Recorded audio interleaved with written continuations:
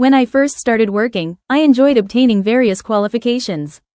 However, since I didn't have any money, I bought a book like a reference book for obtaining qualifications and memorized it.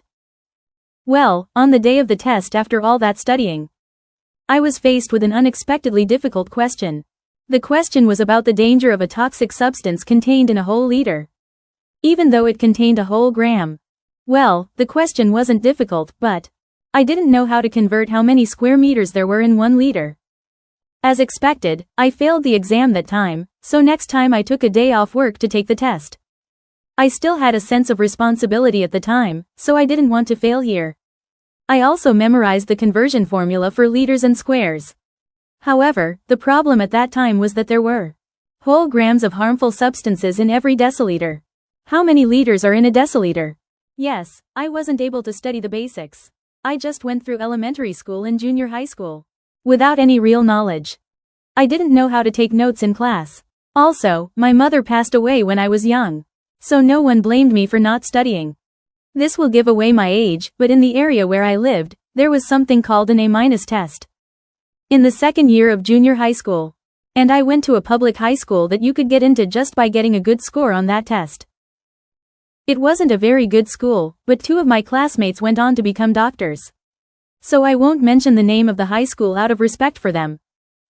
So, when I was in high school, I first realized that I had to study, but by that time, the teachers just assumed I already knew units like liters, so I ignored them and studied a little.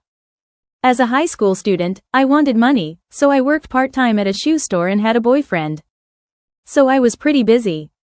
On top of that, the housework was a heavy burden. I had to do laundry for my father, my older brother, me, and my second oldest sister. I thought my second sister should do her own laundry. But if I left her alone she would start wearing my clothes, so her clothes had to be washed. Furthermore, my oldest sister got a job and was transferred far away. My burden increased significantly. I should have resented my father, older brother, and second sister, and I should have been grateful to my oldest sister for sharing the burden up until then, but at the time, my resentment was directed at my oldest sister. Moreover, washing machines at that time were 2-tiered. I would like to think that I was never as busy as I was in high school. But even more difficult things happened after I went on to college. But I will leave that out as it is not relevant to the story.